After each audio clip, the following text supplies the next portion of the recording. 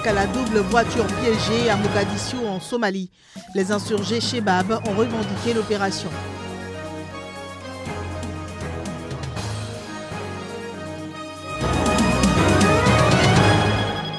Démission samedi du Premier ministre haïtien.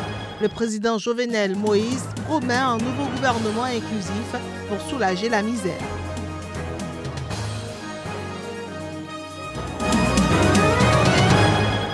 Des milliers de personnes ont manifesté à Barcelone pour la libération des indépendantistes.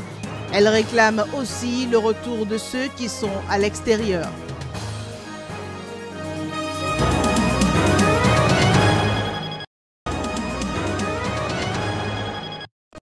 Trois hommes armés du Chebab, abattus par les forces de sécurité, peuvent être vus allongés sur le sol à la suite d'une attaque à la double voiture piégée près du palais présidentiel à Mogadiscio, la capitale somalienne.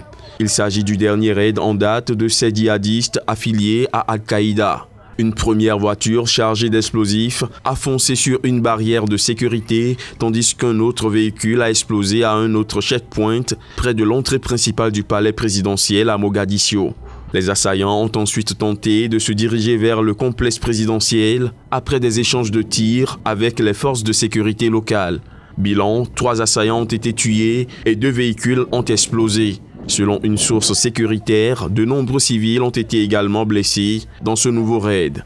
Les Chebab somaliens qui ont revendiqué cette attaque dans un communiqué avaient déjà revendiqué la semaine dernière une attaque contre le ministère de la Sécurité. Cette dernière avait tué 5 civils selon la police locale.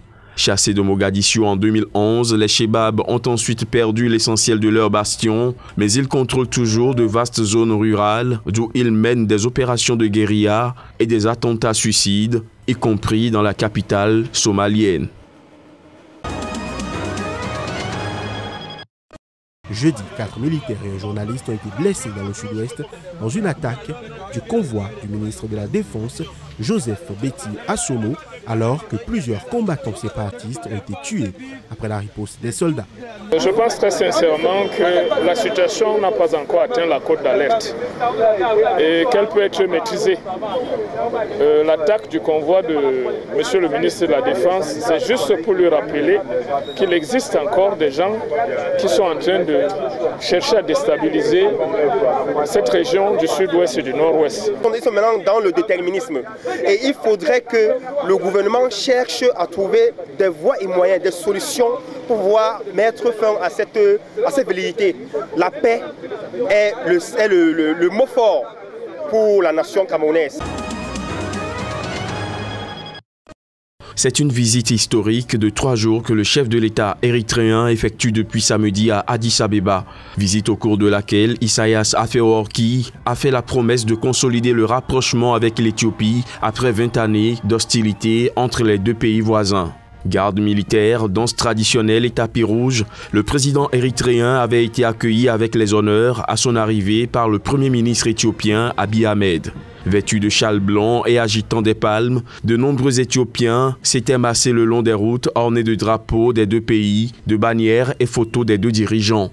Les 2 dirigeants ont partagé rires et embrassades lors d'un déjeuner officiel. Cette visite inédite en Éthiopie survient une semaine après le déplacement de Abiy Ahmed à Asmara qui a permis de concrétiser une initiative de paix lancée par le chef du gouvernement éthiopien arrivé au pouvoir en avril dernier. Un dîner officiel est prévu ce dimanche et la réouverture de l'ambassade érythréenne est également au programme. Les vols directs entre les 2 pays doivent quant à eux reprendre la semaine prochaine.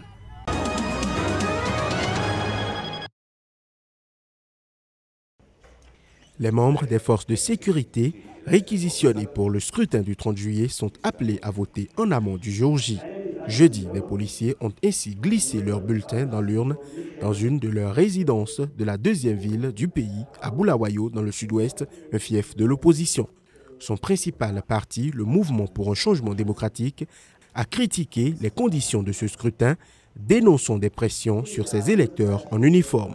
La commission électorale a elle aussi catégoriquement réfuté les allégations de l'opposition. Sa présidente Priscilla Chiguma les a qualifiées de regrettables, précisant que la ZEC n'était pas tenue d'être présente lors du scrutin des policiers et des soldats. Des membres de la mission d'observation de l'Union européenne ont par contre assisté jeudi au vote à Bulawayo. Nous attendons le rapport de nos observateurs pour savoir si ces policiers ont effectivement pu voter de façon secrète, a expliqué leur porte-parole. L'ASEC a précisé avoir reçu 7600 demandes de vote anticipées pour la police, l'armée et les diplomates résidant à l'étranger. Sous le règne de Robert Mugabe, les élections ont été systématiquement entachées de fraude et de violence visant les partis d'opposition et leurs partisans. En novembre, Robert Mugabe a été contraint de démissionner, lâché par l'armée et son parti, la ZANU-PF. Son successeur, son ancien vice-président Emmerson Mnangagwa, est donné favori de la présidentielle.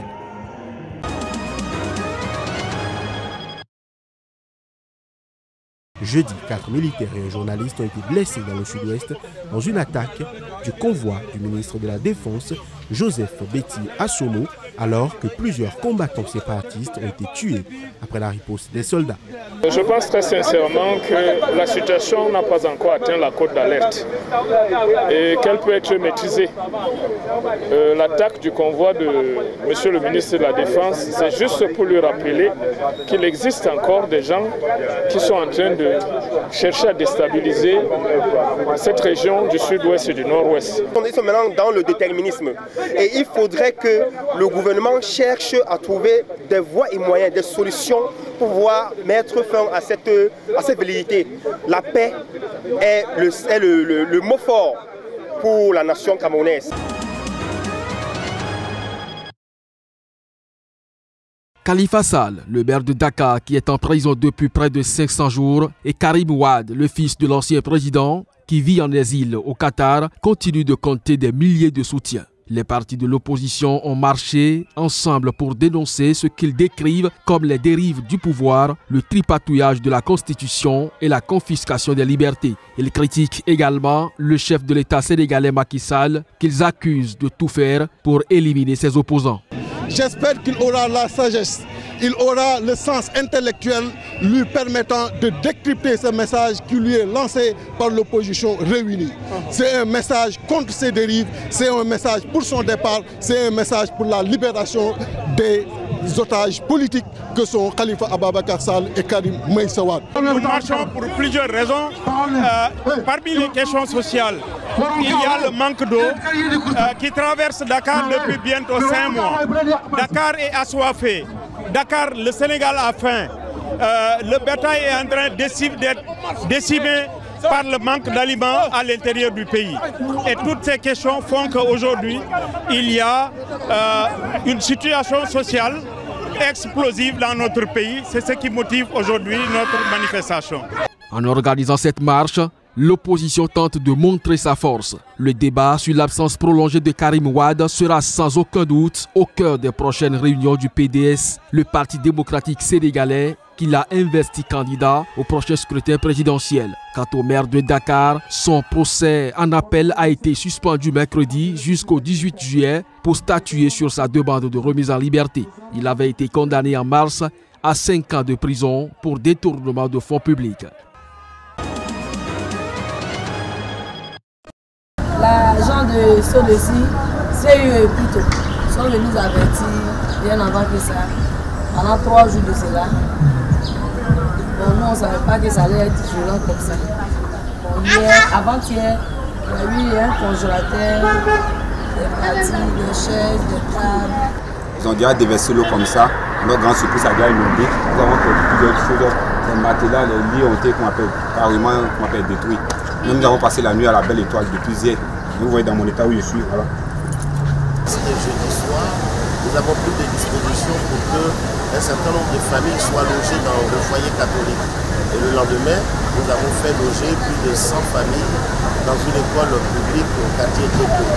Ces familles ont malheureusement tout perdu. Parce que dans certains endroits, la hauteur de l'eau a atteint plus d'1 mètre en moyenne.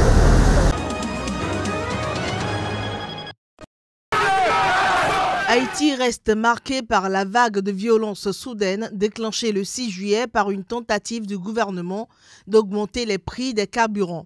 Une semaine après que la colère populaire ait paralysé la majorité des routes et des villes du pays, le Premier ministre Jacques-Guy Lafontant a annoncé sa démission samedi. Accompagné de l'ensemble de ses ministres, le chef du gouvernement était à la Chambre des députés car les parlementaires exigeant son départ du pouvoir l'avaient convoqué.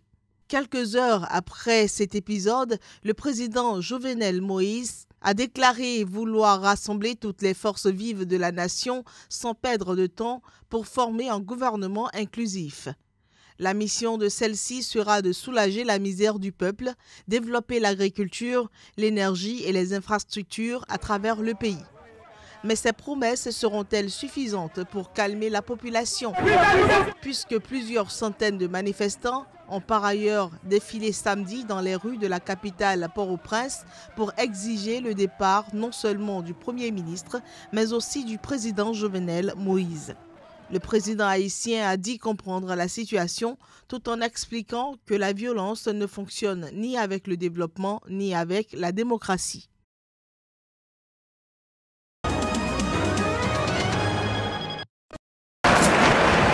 La manifestation était organisée alors que 9 leaders indépendantistes catalans ont été transférés d'établissements pénitentiaires proches de Madrid vers des prisons en Catalogne dans un geste d'apaisement du gouvernement espagnol. Mais ce n'est pas assez pour les manifestants qui brandissaient des pancartes réclamant liberté pour les prisonniers politiques à côté de drapeaux catalans jaunes, rouges et bleus. Le président de Catalogne, Quim Torra, membre de l'aile dure du mouvement indépendantiste, participait à cette manifestation. Pour l'autorité, chaque minute passée par les prisonniers en prison et loin de leur foyer, de leur famille et de leurs amis est une parfaite indécence politique. Accusé de rébellion, comme l'ancien président catalan Carles Puigdemont, en fuite en Belgique puis en Allemagne, ces détenus risquent jusqu'à 25 ans de prison s'ils sont jugés pour leur participation à la tentative ratée de sécession en octobre. Rappelons que jeudi, un tribunal allemand a autorisé l'extradition de Puigdemont vers l'Espagne à condition qu'il ne soit jugé que pour détournement de fonds publics, mais pas pour rébellion. Ce à quoi la justice espagnole devra se conformer en vertu des accords sur l'entraide judiciaire européenne. Il risque donc d'être difficile pour un tribunal espagnol de juger des complices présumés pour ce chef d'accusation.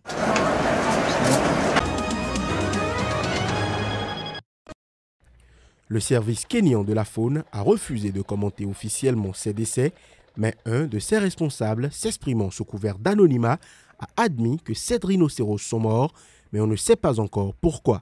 Un autre officiel du KWS a confirmé l'information, mais a expliqué qu'une enquête devait d'abord être menée avant que l'institution puisse communiquer officiellement. Ces 7 animaux décédés faisaient partie d'un groupe de 14 rhinocéros noirs qui avaient été déplacés en juin des parcs nationaux de Nairobi et Nakuru vers celui du Tsavo-Est.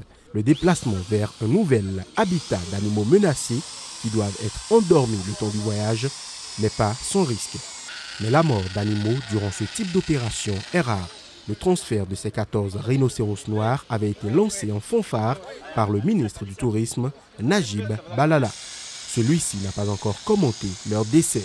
9 rhinocéros ont été tués au Kenya en 2017, selon le KWS. En mai, 3 rhinocéros avaient été abattus et leurs cornes sectionnées et emportées dans le parc national de Meru, dans le centre. Dans leur milieu naturel, les rhinocéros n'ont que peu de prédateurs en raison de leur taille et de leur peau épaisse, mais de prétendues vertus médicales attribuées en Asie à leurs cornes ont alimenté depuis des décennies un braconnage implacable qui a largement décimé l'espèce. 1 kilo de cornes de rhinocéros se négocie pour plusieurs dizaines de milliers de dollars au marché noir en Chine et au Vietnam.